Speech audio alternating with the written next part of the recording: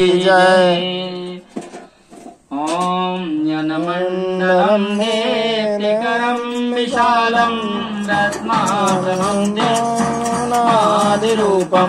दारिद्र्यदुःखक्षयकारिणं च पुनातु मम सवितुर्वरेण्यं पुनातु मम सवितुर्वरेण्यं ज्ञानमण्डलं देवगणेषु पूजितं विप्रेषु नवमूर्तिकोविदं त्वं देवदेवं परमामि भर्गं पुनातु मम सवितुर्वरेण्यं पुनातु मम सवितुर्वरेण्यं ज्ञानमण्डलं ज्ञानघनत्वगम्यं त्रिलोक्यपूजं त्रिगुणात्मरूपं समस्ततेजोमय जीवरूपं पुनातु मम सवितुर्वरेण्यं पुनातु मम सवितुर्वरेण्यं ज्ञानमण्डलं गूढमति प्रबोधं